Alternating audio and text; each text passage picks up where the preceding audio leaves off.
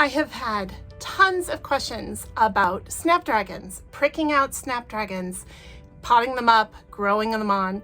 So today I'm going to show you how to prick them out and how to solve a really common problem. If you have snapdragons that are leggy, like a lot of mine are, there's a really easy solution for that too. So let's get started. So you may be wondering what a leggy snapdragon is. Well, it basically means that your snapdragons haven't had enough light and their stems get really long and kind of stretched out and they're leggy. And that can be a problem later on because the snapdragon will have a hard time supporting the blossom at the very end of that stem, and it can cause flopping when they're bigger plants. So this can kind of happen almost overnight. With my snapdragons, I had them in a nice sunny position under a window, and then I think as I was moving things around, they just kind of got shoved back into a little bit of a shadier corner. I didn't have them under lights or heat or anything like that, and normally that's okay, but they got just leggy because they weren't getting enough light.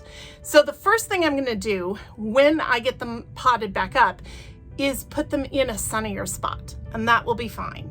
But the other thing I'm going to do is pot them up a little bit differently. I'm gonna show you a trick that will help you if your snapdragons are leggy too. So you see, I had grown my snapdragons in these trays, and it used to be full of snapdragons. I've pricked out most of them. And some of them I have put in seed trays. Where they weren't super leggy, I put them in seed trays because these will be just fine. But these seed trays are a little bit shallow, and I couldn't get the leggiest ones in here the way I want to, because there's a trick for snapdragons. So if they get really leggy, this also works with tomatoes, and there are some other plants. Not everything will work.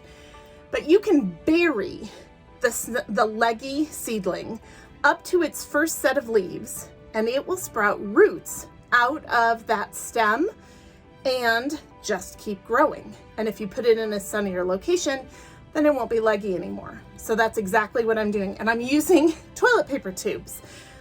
They're fantastic for a nice deep root run, which is what we're going to end up creating for these snapdragons. And they're cheap and inexpensive, and I had a whole bunch of them. I saved them all spring for this kind of thing in the garden. So before we get to that, let's prick out. So I'm just going to use my fork kind of like a little garden fork or a trowel. And what I'm doing is I want to get the root, a nice little root ball for this plant. And I've got 3 here.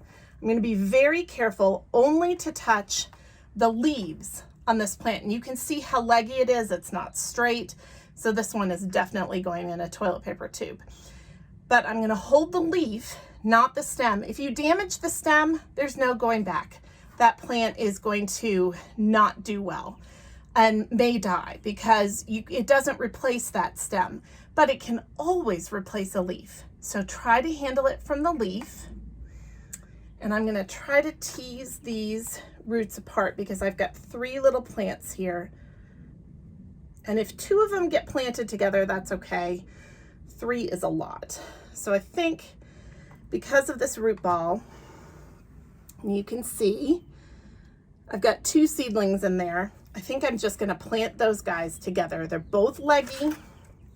So I'm gonna put this with some soil at the bottom.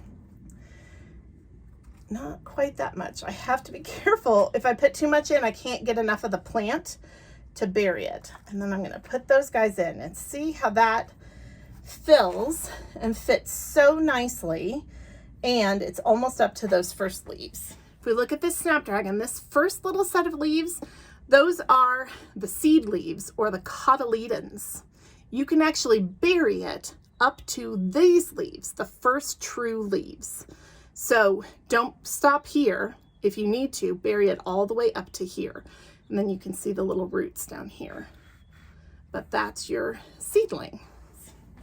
So now I'm just going to put in some potting mix. Oops. Just being very gentle. And this is where your fork is super handy. Pull these leaves apart.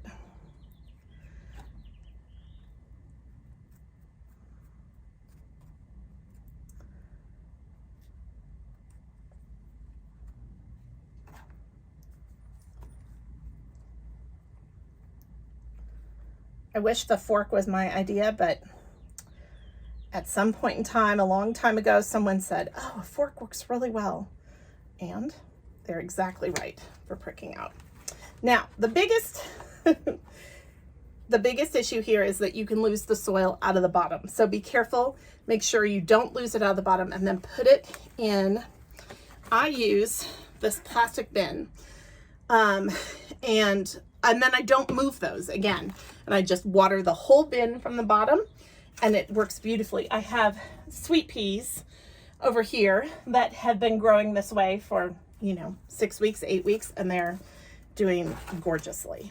So someone asked, why do we prick out? And that's a really good question.